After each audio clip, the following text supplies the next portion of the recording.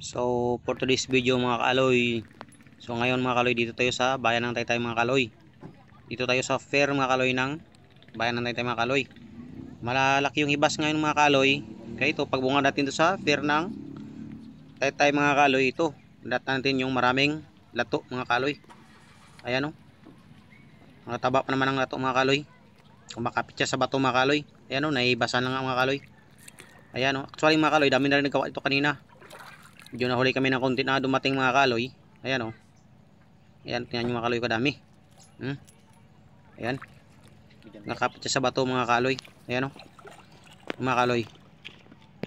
O, magkuha tayo mga kaloy. Tapos, i-testing natin na kainin mga kaloy. Kung masarap nga ba yung lato dito sa hibasan mga kaloy. Ayan o. Masarap pala mga kaloy. Ayan o. Yan. Hindi mo na kailangan mga kaloy magsisid sa malalim na dagat mga kaloy.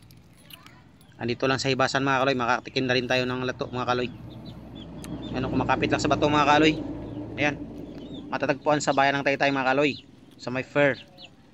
Ayan, nagkakapit lang sa bato mga kaloy yung lato. Ayan o.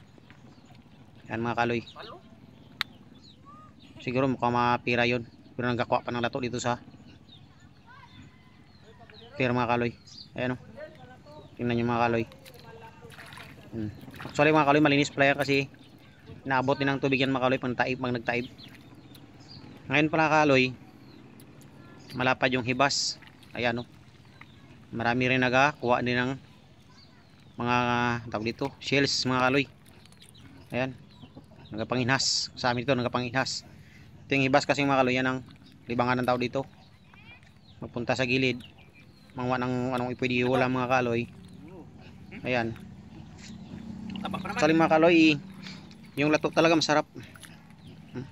Lalo na kung may suka yan mga kaloy. Sobrang sarap ng lato mga kaloy. Saka fresh na fresh mga kaloy kasi nga oh, dito pa sa dagat, kaso nga lang nahibasan siya mga kaloy. Pero wala namang problema yan kasi nga hapon naman hindi siya nainitan mga kaloy. Wala rin init, kaya medyo safety sa kainin mga kaloy. Ayan o, may kasama pa ako ng uwa dyan. Ayan. Ayan mga kaloy. Dami rin nagkuha ito kanina mga kaloy. Bilang nahuli na tayo konti mga kaloy. Ayan. Ayan o. Ayan. Yummy. Sa inyo dyan, sino nakatikim ng lato mga kaloy, mag-comment at pag-share, subscribe mga kaloy. Ayan o, kung sino nakatikim ng lato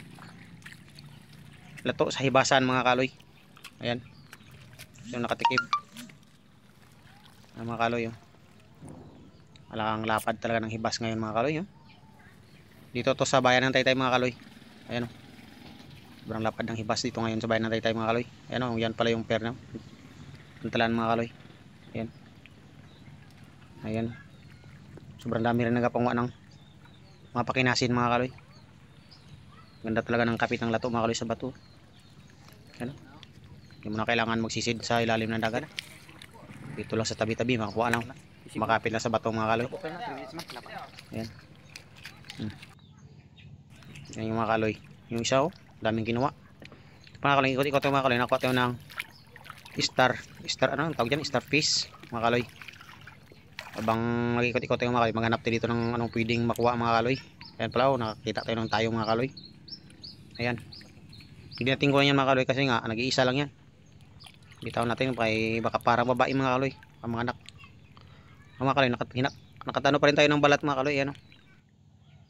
Yan mga kaloy, pero hindi pa natin yan kunin mga kaloy kasi nga alanganin pa.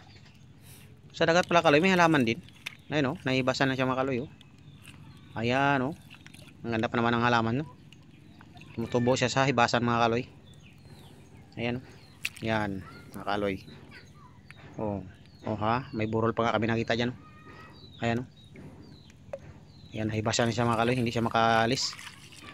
Magantay pa yan ng malaki ng tubig mga kaloy.